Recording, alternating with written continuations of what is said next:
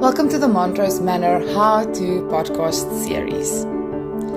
In this series, you will learn more about treatment of eating disorders and how to support your loved one, friend, family member, or child in transitioning back home after their treatment at Montrose Manor.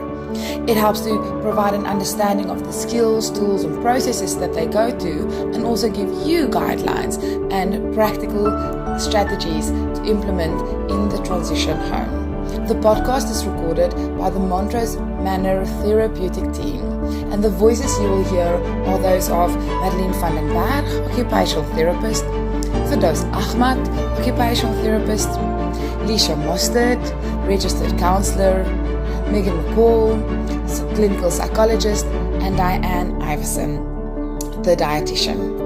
We hope that you enjoy the recording. Please, if you have any questions or any follow-up processes, please join our parent support group or email one of the therapists to guide and direct you. Hi everyone, Lisha here. You are sitting with the Montrose Manor team. We are here with Diane, the dietitian, Firdaus, Marlene, and myself, Lisha. We are here to speak to you about yellow talk and how to manage yellow talk. So maybe Diane can kick us off with just explaining a little bit about what yellow talk is. So I'm not sure how yellow talk started, but it works really, really well. And when a person comes into Montrose Manor, they quickly learn about yellow talk. So it's anything that is not helpful to the person's recovery process. I always start with a classic example of you sitting at the table and a family member perhaps says something like, wow, that is a big portion. I'm going to have to go for a long run after that meal. That's not going to be helpful for the person with the eating disorders recovery. So it's anything that's not helpful to the client's recovery. We just want to avoid it. We want to shut it down immediately and just change the subject. So we would usually say, Mom or Dad, that's so yellow, and then talk about the weather, for example. Mm-hmm. Yeah, and I think it almost allows, it's like a little bit of a guideline, I think, for the parents and the loved ones to know, what is helpful for the person recovering from an eating disorder and what is not. Mm-hmm. So maybe we can speak about the different types of yellow talk or how it presents in different areas. Marlene, maybe you can speak a bit about that. Yeah, so yellow talk is really an expansive range of topics, and it's actually all of the things that a client with an eating disorder will struggle with. So you're thinking about food specifically, and food we can unpack and say it's calories, it's speaking about sugar, it's speaking about amounts, it's speaking about regularity, it's speaking about healthy, oh this is so healthy or this is so unhealthy. So there's a whole lot of yellow talk around food. Then there's a whole lot of yellow talk just around body. Oh, you look so thin. Did you lose weight? Did you pick up weight? Oh, that dress is sitting so tightly on you. Even if you speak of yourself, if I go, guys, I think I've picked up weight, that can be very yellow for a client. So we're speaking about body types of comments. And then we also speak about exercise comments. How much have you exercised? Did you run? How much steps did you do today? When last did you go for a run? Why are you lying on the couch and being lazy? Come out, it's a beautiful day. All of that can be triggering for a client. And I think it's really important to unpack then what triggering is. If we say triggering, we mean that these comments or verbal or non-verbal gestures around food, body, and exercise makes a client want to engage in their ED thoughts and in their ED behavior. So it is triggering because it elicits the eating disorder response within them rather than shifting the focus away from that.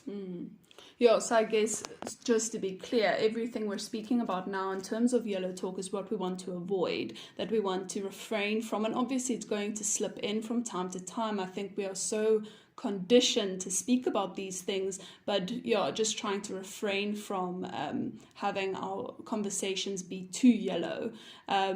Firdaus, maybe you want to comment just in terms of what Diane mentioned this, quickly touched on this, but just how do we practically use yellow talk? How does it come up in conversation?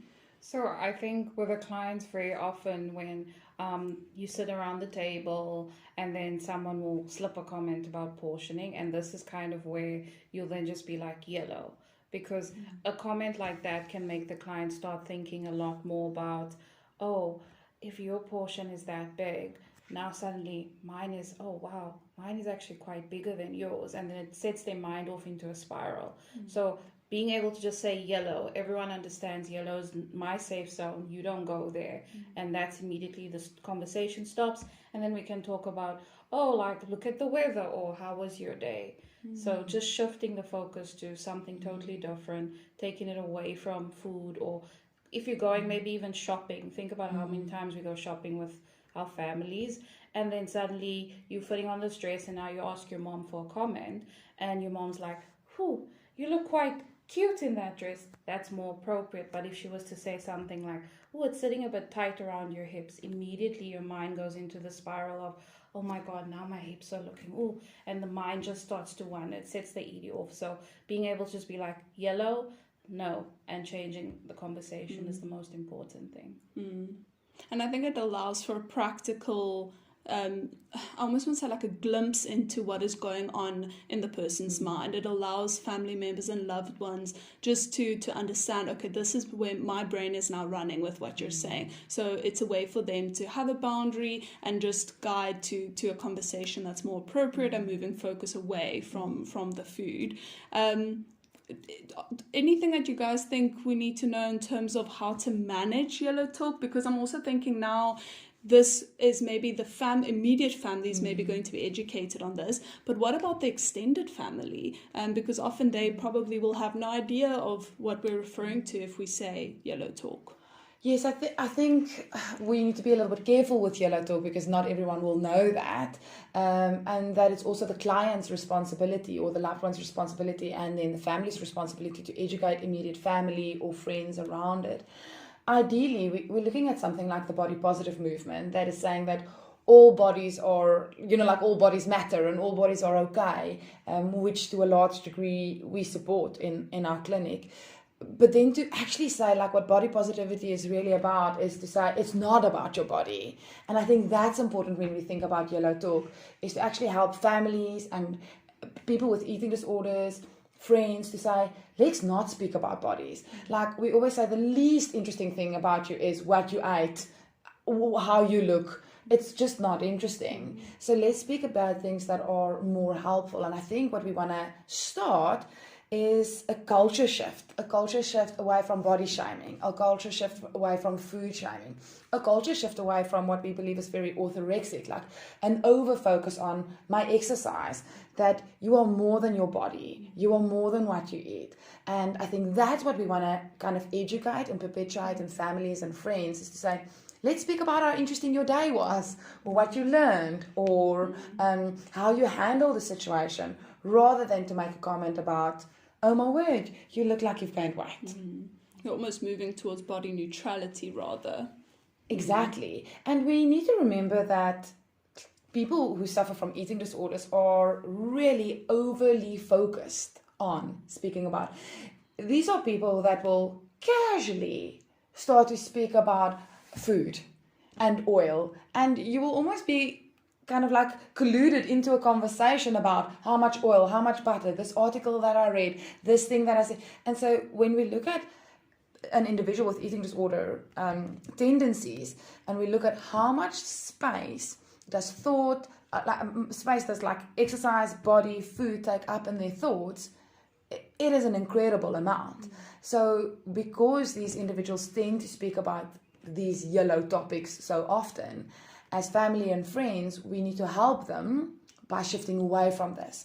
So yellow talk can be used for both the individual and also for the families. We can also say, hey, you're speaking about oil again. That's really silly. Yellow, stop. And like Fredo said, it's an immediate stop of that conversation. Okay. So what you're saying is that we can also highlight when the individual suffering from an eating disorder, when they are engaging in yellow talk. So it goes both ways. They can guide us, and we can also sort of remind them that they're now also going down that role. Absolutely. Okay. Definitely. Shame, when a client or someone leaves Montrose, it is quite tough for them. Like with their immediate family and friends, they feel comfortable using the word yellow because they have explained it. But sometimes it can be quite difficult for them to use it if they go back to school or back to work, And then I usually suggest, if you don't feel comfortable, sort of saying yellow, then actually just move yourself away from the conversation. If it becomes too triggering and you're not comfortable to say yellow, then actually just remove yourself from the conversation.